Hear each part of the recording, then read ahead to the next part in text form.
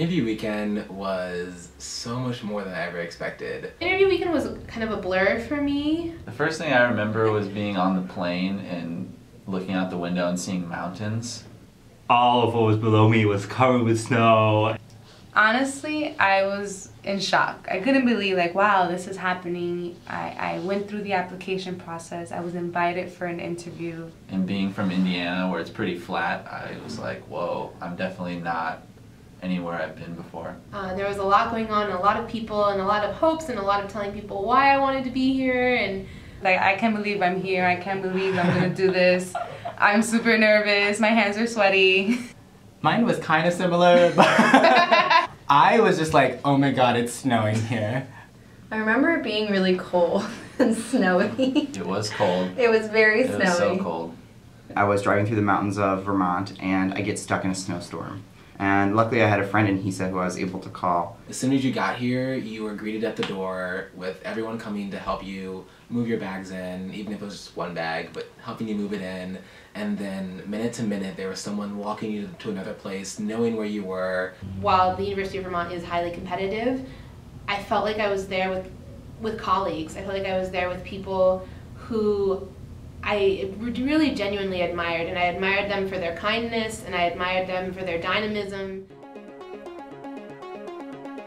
My advice would be true to yourself during interviews, during the weekend, when you meet people, when you meet other HESA students. You need to show them who you are, what you believe in, what identities you hold, and how that has really shaped why you want to be in this field. I think that's really important.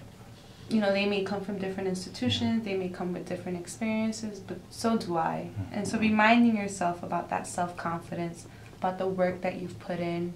I came into this thinking that I could come and leave whenever I wanted, could go here, go there, and people are putting so much of their hard work, dedication, and love into this weekend just to make it special for everyone. So recognizing that and honoring that. Bring a padfolio, something to write with, organize your notes and things during the interview. That was very helpful. True. Thank you notes, thank you cards, thank you emails, those go a long way. Yeah. And comfortable shoes. Definitely. Oh, shoes, that's a big one. No, seriously, you're gonna do a lot of walking. So you need to bring a lot of warm clothing. That matters more than looking nice because you'll be walking through snow. Having comfortable shoes, you know, can really dictate how your day is gonna go. Take a couple of minutes to just breathe and take a step aside, because I know that there's a lot to take in during interview weekend and there's a lot to learn, but you have 2 years to learn all of that. So just take it one step at a time and always use that empty space that you have at the end of the day to really take a break. Be comfortable and be who you are, and still be presentable. I think that's really huge. And that speaks a lot about, like, our interpretation of what professional attire is. Yeah. You know, and let's not even talk about hair. Express yourself in a presentable way. Yeah. It was around, let's say, 30, 34 degrees or so, and they had on like shorts, a tank top, just jogging right on by, and I looked at Teddy, I was like, did you just see that? We went out to dinner for people who arrived early that first night, and we got a chance to just sit around and talk, and I really liked that because it kind of made me comfortable. I was nervous about interviewing for grad school, so I really appreciated all that built-in social time. When I was walked from interview to interview by a HESA student, and I really got to hear about their experience here at UVM and in HESA. I think there's only so much that I felt like I could get out of reading everything online and talking to people that I knew at the university I was working at who had gone here, but to actually be physically here and talking to the professors and getting a chance to ask the questions that I had about what it was actually like being here at Vermont was really great. I think my favorite moment was when I finally stepped out of Waterman.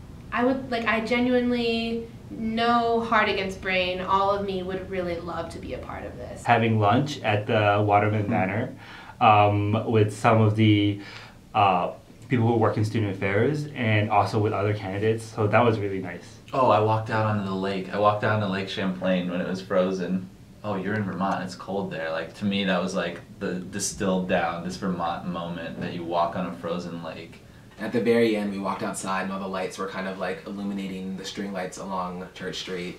It was really just beautiful to see and kind of like memorable, and I still have one of those pictures today that I took.